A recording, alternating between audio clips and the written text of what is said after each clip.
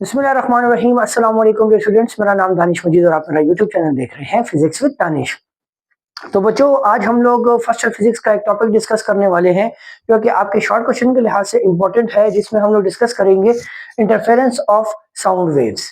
इससे previous lecture के अंदर हमने इंटरफेरेंस का कंप्लीट डिस्कशन की है, इंटरफेरेंस को समझा कि इंटरफेरेंस क्या होती है। ठीक है, इंटरफेरेंस के अंदर हमारे पास जब दो वेव्स आपस में सुपरपोज हों, ठीक है, और जब क्रस्ट के सामने क्रस्ट आए, ट्रफ के सामने ट्रफ आए, तो हम लोग कहते हैं कि जी कंस्ट्रक्टिव इंटरफेरेंस हो रही है। मतलब कि अगर आपने वो लेक्चर नहीं देखा तो मैं सजेस्ट करूंगा कि वो लेक्चर देख लीजिएगा। लिंक जो है तो डिस्क्रिप्शन में मैं पेस्ट कर दूंगा। अच्छा देखिए, अब मेरे पास लेट सपोज दो वेव्स हैं, ठीक है, जो कि यूं मूव कर रही हैं।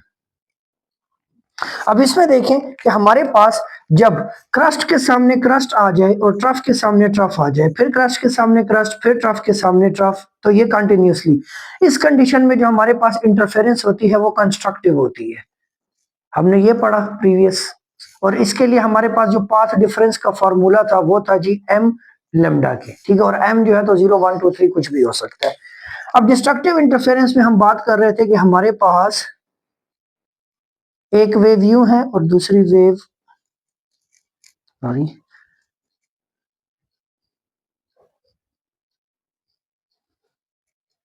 अच्छा जी, इसमें हमारे पास दूसरी वेव कुछ यूं आ जाए।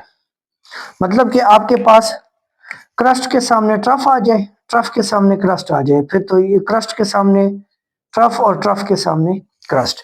तो इस कंडीशन में जो हमारे पास कंस्ट्रक्शन होती थी, जो इंटरफेरेंस होती थी, वो डिस्ट्रक्टिव इंटरफेरेंस थी, डिस्ट्रक्टिव इंटरफेरेंस। और इसके लिए हमारे पास जो पाथ डिफरेंस का फॉर्मूला बन रहा था वो बन रहा था m प्लस 1/2 इंटू लेमडा। ठीक हो गया। अब इस कंडीशन में हमारे पास जो पाथ एंगल जो आ रहा था, जिसको फेज एंगल भी कहते हैं, वो हमारे पास 0 डिग्री आ रहा था, और इसमें हमारे पास 180 डिग्री आ रहा था। मतलब आउट ऑफ फेज थे दोनों, यहाँ पे इन फेज है, यहाँ पे आउट ऑफ फेज है। अच्छा, अब ये हमारे पास प्रीवियस लेक्चर के अंदर मैंने इसके ऊपर डिटेल डिस्कशन की हुई है।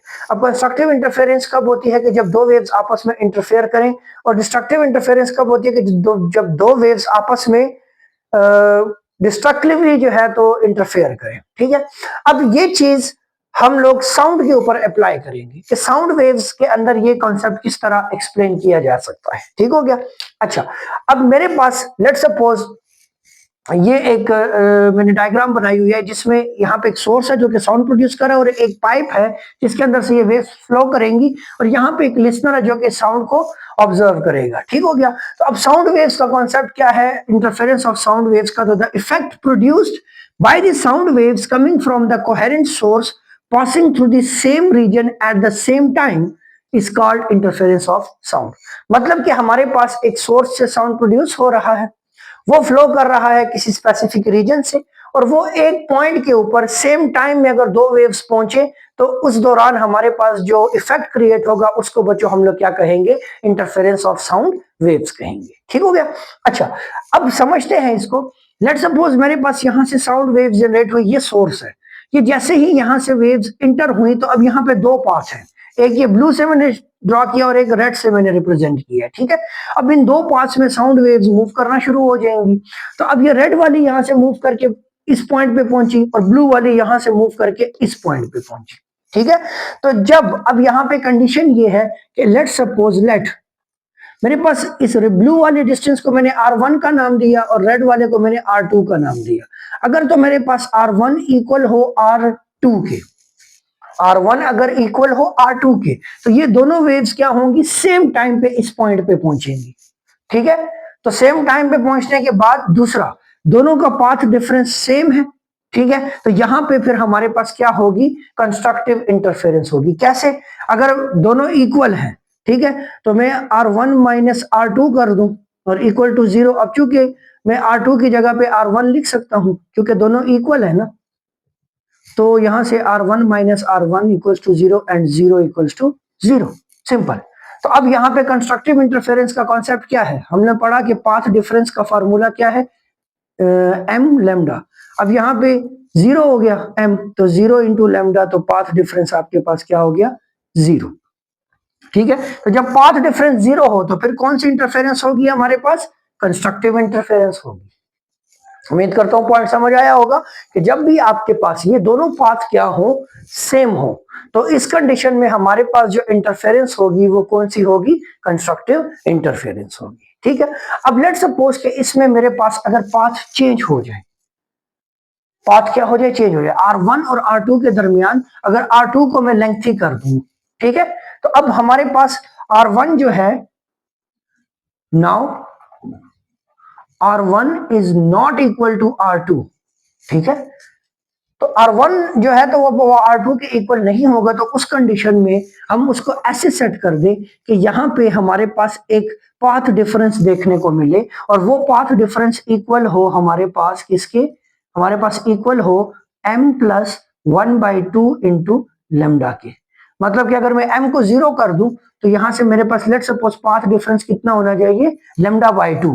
अगर मैं यहाँ पे पाथ डिफरेंस को एग्जैक्टली λ/2 के इक्वल कर देता हूं तो फिर ये स्टूडेंट जो है तो इस साउंड को नहीं सुनेगा। ठीक है, ये मेरे पास दोनों कंडीशंस एक्सप्लेन की हैं अभी मैंने, कि मेरे पास कंस्ट्रक्टिव इंटरफेरेंस कब हो सकती है? जब ये दोनों पाथ जो है तो ये इक्वल हो तो कंस्ट्रक्टिव इंटरफेरेंस होगी। डिस्ट्रक्टिव इंटरफेरेंस कब होगी? कि जब मेरे पास ये दोनों पाथ इक्वल ना हो और इनके दरमियान एक पाथ डिफरेंस पाया जाए जो कि आपके पास λ/2 के इक्वल हो या 3 λ/2 के इक्वल हो या 5 λ, मतलब ऑड इंटीजर्स के मल्टीपल के इक्वल हो। ठीक है, अच्छा, अब ये कंस्ट्रक्टिव या डिस्ट्रक्टिव इंटरफेरेंस होने के बाद होगा क्या?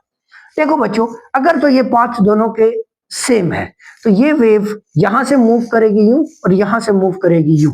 अब देखो सोर्स दोनों के लिए सेम है क्योंकि एक ही सोर्स की वेव्स है, तो हम कह सकते हैं कि ये दोनों वेव्स कोहेरेंट है।